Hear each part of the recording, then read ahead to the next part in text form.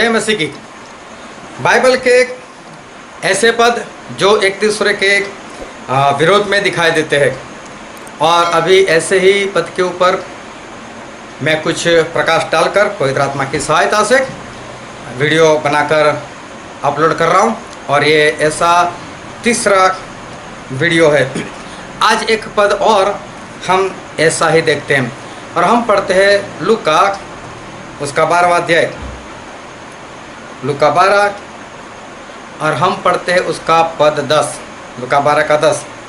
जो कोई मनुष्य के पुत्र के विरोध में कोई बात कहे, उसका वह अपराध क्षमा किया जाएगा, परंतु जो पवित्र आत्मा की निंदा करे, मतलब कि पवित्र आत्मा के विरोध में बोले, उसका अपराध क्षमा न किया जाएगा। यहाँ पर ऐसा लिखा है कि जो कोई पवित्र आत्मा के विरोध में बोले, मतलब उनकी निंदा करे, उसको क्षमा नहीं किया जाएगा। और एक दूसरा पद भी हम देखते हैं जो है रोमियो उसका 10 और उसका पद 13, रोमी 10:13।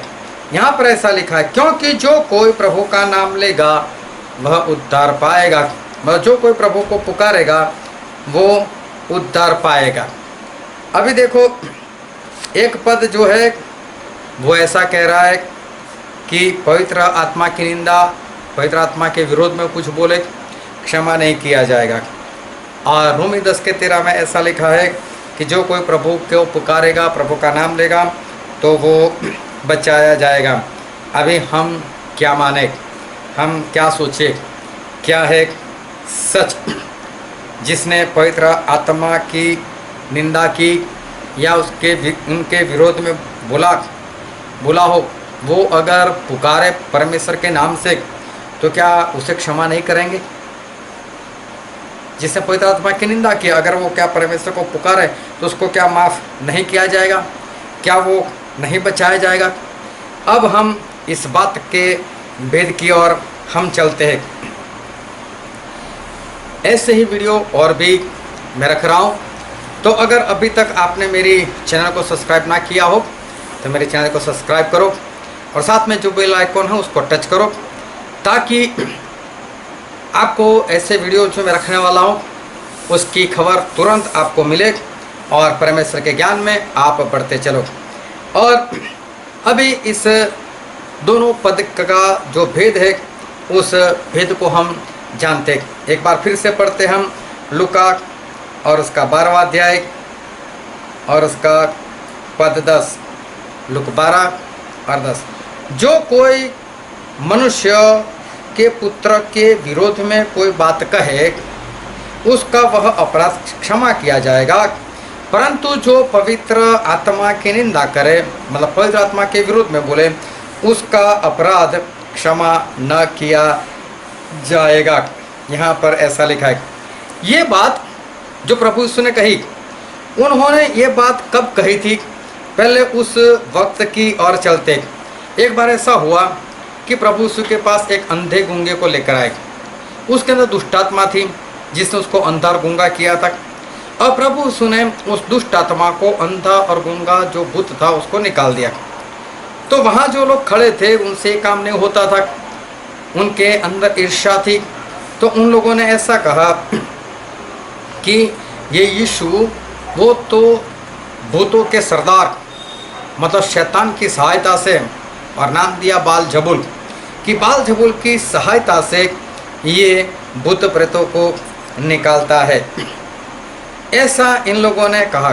तो प्रभु यीशु ने कहा कि मैं तो परमेश्वर के आत्मा से भूत प्रेत निकालता हूँ, मतलब कि पवित्र आत्मा से भूत प्रेतों को मैं निकालता हूँ। अब इन लोगों ने पवित्र आत्मा को शैतान या तो बालजबूल कहा, जो कि बहुत बड़ा गुनाह है, जो कि बहुत बड़ा पाप है। इसलिए प्रभु यीशु ने कहा कि ये पाप कभी भी क्षमा नहीं किया जाएगा। क्यों? क्योंकि वो लोग इज़राइली थे, वो लोग परमेश्वर के वचन को जानते थे। उनको पवित्र आत्मा क्या है वो भी पता है, उनको दुष्ट आत्मा क्या है वो भी पता है। वो लोग जानते थे, फिर भी उन्होंने पवित्र आत्मा को शैतान मतलब कि बाल जबुल का। और एक बार हम पढ़ते यही बात और मत्ती में पढ़ते तो ये बात आपको सही रीति से पता चल जाएगी। और मत्ती और हम पढ़ते उसका 12वां अध्याय और हम पढ़ेंगे 22वें पद से लेकर 32वें पद तक। और देखो मैं पढ़ता हूँ, आप सुनते जाना। तब लोग एक अंधे गूंगे को जिसमें दुष्टात्मा थी उसके पास लाए और उसने मतलब प्रभु उसने उसे अच्छा किया और वह गूंगा बोलने और देखने लगा। इस पर सब लोग चकित होकर कहने लगे, यह क्या दाऊद की संतान का है? परंतु फरीसियों ने यह सुनकर कहा, यह तो दुष्टात्माओं के सरदार शैतान की सहायता के बिना दुष्टात्मा को नहीं निकालता। उसने उनके मन की बात जानकर उनसे कहा, जिस किसी राज्य में फूट होती है वह उजड़ जाता है और कोई नगर या घराना जिसमें फूट होती है बनाना रहेगा। और यदि शैतान ही शैतान को निकाले तो वह अपना ही विरोधी हो गया है, फिर उसका राज्य क्यों कर बना रहेगा? भला यदि मैं शैतान की सहायता से दुष्टात्माओं को निकालता हूँ तो तुम्हारे वंश किसकी सहायता से निकालते हैं? इसलिए वे ही तुम्हारा न्याय चुकाएंगे। पर यदि मैं परमेश्वर के आत्मा की सहायता से दुष्टात्माओं को निकालता हूँ तो परमेश्वर का राज्य तुम्हारे पास आ पहुँचा है। या क्यों कर कोई मनुष्य किसी बलवंत के घर में घुसकर उसका माल लूट सकता है, जब तक कि पहले उस बलवंत को न बांध ले, और तब वह उसका घर लूट लेगा। जो मेरे साथ नहीं वह मेरे विरोध में है, और जो मेरे साथ नहीं बटोरता वह बिखराता है। इसलिए मैं तुमसे कहता हूँ, अभी देखो ये बात आती है, इसलिए मैं तुमसे कहता हूँ कि मनुष्य का सब प्रकार का पाप और निंदा क्षमा की जाएगी, पर आत्मा की निंदा क्षमा न की जाएगी। जो कोई मनुष्य के पुत्र के विरोध में कोई बात कहेगा उसका यह अपराध क्षमा किया जाएगा, परंतु जो कोई पवित्र आत्मा के विरोध में कुछ कहेगा उसका अपराध न तो इस लोक में और न परलोक में क्षमा किया जाएगा। बहुत स्पष्ट लिखा है, ना इस युग में ना आने वाले युग में कभी भी उसको क्षमा नहीं किया जाएगा। ये सब लोग जानते थे किसको पवित्र आत्मा कहते हैं, किसको दुष्टात्मा कहते हैं। कभी भी दुष्टात्मा को नहीं निकालेगा, और ये तो सिर्फ पवित्र आत्मा से होता है। जानते थे फिर भी वो लोग जानबूझकर वो पवित्र आत्मा को बालजबूल मतलब शैतान कहा। तो परमेश्वर प्रभु से बोला, जो जान कर करते हैं उसको कभी भी क्षमा नहीं किया जाएगा। और भी आपकी तसल्ली कर लेते हैं, और बाइबल में हम पढ़ते हैं इब्रानिया और उसका 10वां अध्याय, इब्रानी उसका 10वां अध्याय, और हम पढ़ते उसके 26वें पद से। वहाँ पर लिखा है, क्योंकि सच्चाई की पहचान प्राप्त करने के बाद यदि हम जानबूझकर पाप करते रहे तो पापों के लिए फिर कोई बलिदान बाकी नहीं। प्रभु से एक बार बलिदान दिया, उसके लहू से एक बार शुद्ध। जानकर परमेश्वर के वचन को जानकर, सच्चाई को जानकर फिर जानबूझकर पाप करना, परमेश्वर बोलता है उसके लिए कोई दूसरा बलिदान नहीं। हाँ, उसके लिए क्या है? हाँ, उस दंड का एक भयानक बाट जोना और आग का ज्वलन ही बाकी है, जो विरोधियों को भस्म कर देगा, मतलब नरक ही बाकी है। जबकि मूसा की व्यवस्था का न मानने वाला 2 या 3 जनों की गवाही पर बिना दया के मार डाला जाता है, तो सोच लो कि वह कितने और भी भारी दंड के योग्य ठहरेगा, जिसने परमेश्वर के पुत्र को पांव से रौंदा और वाचा के लहू को जिसके द्वारा वह पवित्र ठहराया गया था अपवित्र जाना, और अनुग्रह की आत्मा मतलब पवित्र आत्मा का अपमान किया, उसको तो दंड ही होगा। जो पवित्र आत्मा के विरोध में जानबूझकर बोलता है उसको कभी भी क्षमा नहीं किया जाएगा। ये पद बिल्कुल बिल्कुल बिल्कुल सच है। लेकिन रोमियो में जो हमने पढ़ा तो उस पद को भी हम देख लेते हैं। एक बार फिर से मैं पढ़ता हूँ, रोमियो उसका 10वां अध्याय और उसका 13वां पद। क्योंकि जो कोई प्रभु का नाम लेगा वह उद्धार पाएगा। यहाँ पर लिखा है, जो प्रभु का नाम लेगा वो उद्धार पाएगा। जिसने पवित्र आत्मा की निंदा की, पवित्र आत्मा के विरोध किया, विरोध में बोला, अगर वो प्रभु का नाम लेगा तो क्या होगा? क्या वो उद्धार नहीं पाएगा? अभी इसका भी भेद हम जान लेते हैं कि परमेश्वर क्या कहना चाहते। इस पद को भी हम देखते हैं कि ये पद जो प्रभु यीशु के वचन में लिखा है कि जो कोई प्रभु का नाम लेगा, ये कौन सा समय दर्शाता है, ये कौन से वक्त पर नाम लेने की बात की है, हम उसके बारे में हम देखते हैं। और हम पुराने नियम में चलते हैं, और पुराने नियम में है योएल नबी की पुस्तक, योएल नबी की पुस्तक उसका 2वां अध्याय, और हम पढ़ेंगे 28 से लेकर आखिर मतलब 32 पद तक। और देखो वहां पर क्या लिखा है, उन बातों के बाद मैं सब प्राणियों पर अपना आत्मा उंडे लूंगा।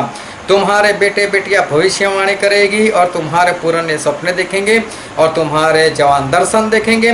तुम्हारे दास और दासियों पर भी मैं उन दिनों में अपना आत्मा उंडे लूंगा और मैं आकाश में और पृथ्वी पर चमत्कार अर्थात लहू और आग और धुएं के खंभे को दिखाऊंगा, यहोवा के उस बड़े और भयानक दिन के आने से पहले। यहोवा के उस बड़े और भयानक दिन के आने से पहले मतलब कि प्रभु यीशु का दूसरा आगमन होने से पहले, उस दिन की बात की है। प्रभु यीशु का दिन जिस दिन आएगा, उनका दूसरा आगमन होगा, उस दिन लिखा है कि सूर्य अंधियारा होगा और चंद्रमा रक्त सा हो जाएगा, लाल हो जाएगा। उस समय जब प्रभु यीशु आ रहे होंगे, उस समय जो कोई यहोवा से प्रार्थना करेगा वह छुटकारा पाएगा। और यहोवा के वचन के अनुसार सिय्योन पर्वत पर और यरूशलेम में जिन बचे हुओं को यहोवा बुलाएगा वे उद्धार पाएंगे।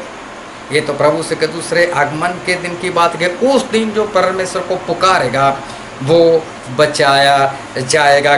और भी इसको आगे हम पढ़ते हैं और यही बात हम पढ़ते हैं प्रेरितों के काम में। प्रेरितों के काम उसका दूसरा अध्याय और हम पढ़ते हैं 17 से 21 पद तक।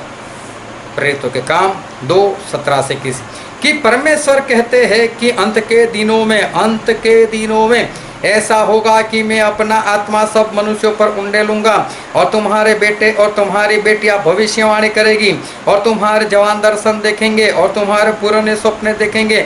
वरन मैं अपने दासों और अपनी दासियों पर भी उन दिनों में अपने आत्मा में से उंडे लूंगा और वे भविष्यवाणी करेंगे।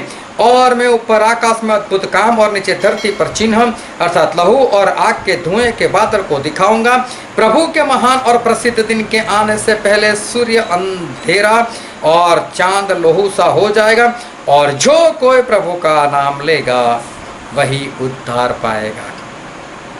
ये प्रभु से के आगमन के दिन की मतलब अंतिम दिनों की बात जो है वो कहिए। उस दिन दो तरह के लोग इस धरती पर होंगे। एक वो जो पवित्र आत्मा की मुहर वाले होंगे, मतलब कि जिनके अंदर पवित्र आत्मा है।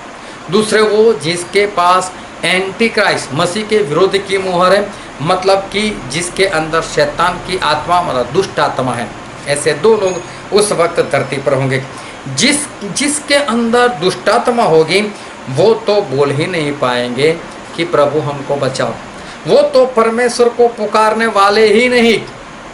क्यों नहीं पुकारेंगे? हम वचन से ही देखते हैं और हम देखते हैं बाइबल का अंतिम पुस्तक मतलब प्रकाशित वाक्य और उसका 9वां अध्याय और हम पढ़ते हैं उसका 20 और 21 पद। देखो वहाँ पर क्या लिखा है, और बाकी मनुष्य ने जो उन मरियों से न मरे थे अपने हाथों के कामों से मन न फिराया कि दुष्टात्माओं की और सोने की और चांदी और पित्तल और पत्थर और काठ की मूर्तों की पूजा न करें और जो न देख न सुन न चल सकती है और जो खून और जो टोना और व्यभिचार और चोरियां उन्होंने की थी उनसे मन न फिराया। प्रभु से के आने के वक्त तक ऐसे लोगों जिसके अंदर दुष्ट आत्माएँ थी, जिनके अंदर मसीह के विरोधी की आत्माएँ थीं, ऐसे लोगों ने मन फिराया ही नहीं, पश्चाताप किया ही नहीं। और भी आगे पढ़ते प्रकाशित वाक्य उसका 16वां अध्याय और उसका भी एक पद पढ़ते हैं और पद नंबर है 11। प्रकाशित वाक्य 16 का 11। और अपनी पीड़ाओं और फोड़ों के कारण स्वर्ग के परमेश्वर की निंदा की और अपने अपने कामों से मन न फिराए। एक बार फिर लिखा है कि जिसके पास पवित्र आत्मा नहीं थे उन लोगों ने परमेश्वर को पुकारा ही नहीं, चाहे कितनी भी मुसीबतें आए उनके ऊपर, लेकिन ना तो मन फिराया ना तो उन्होंने परमेश्वर को पुकारा, लेकिन उन्होंने परमेश्वर की निंदा की। और फिर हम पढ़ते हैं पहले कुरंथी में, पहला कुरंथी और हम पढ़ते उसका 12वां अध्याय और उसका 3रा पद। पहला कुरंथी 12 का 3। इसलिए मैं तुम्हें चेतावनी देता हूँ कि जो कोई परमेश्वर की आत्मा की अगुवाई से बोलता है वह नहीं कहता कि यीशु श्रापित है।